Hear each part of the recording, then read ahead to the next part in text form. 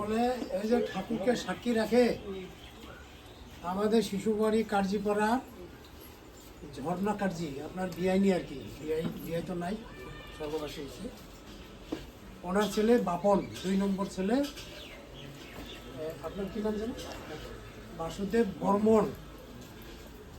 বাসুদেব বর্মনের মেয়েকে আজকে ঝর্ণা কার্জি ওই বাপনের জন্য, বৌমার জন্য এই ঠাকুরেরকে কি বলে সাক্ষী রেখে এই বায়না করা হইল। জোগাড় হলে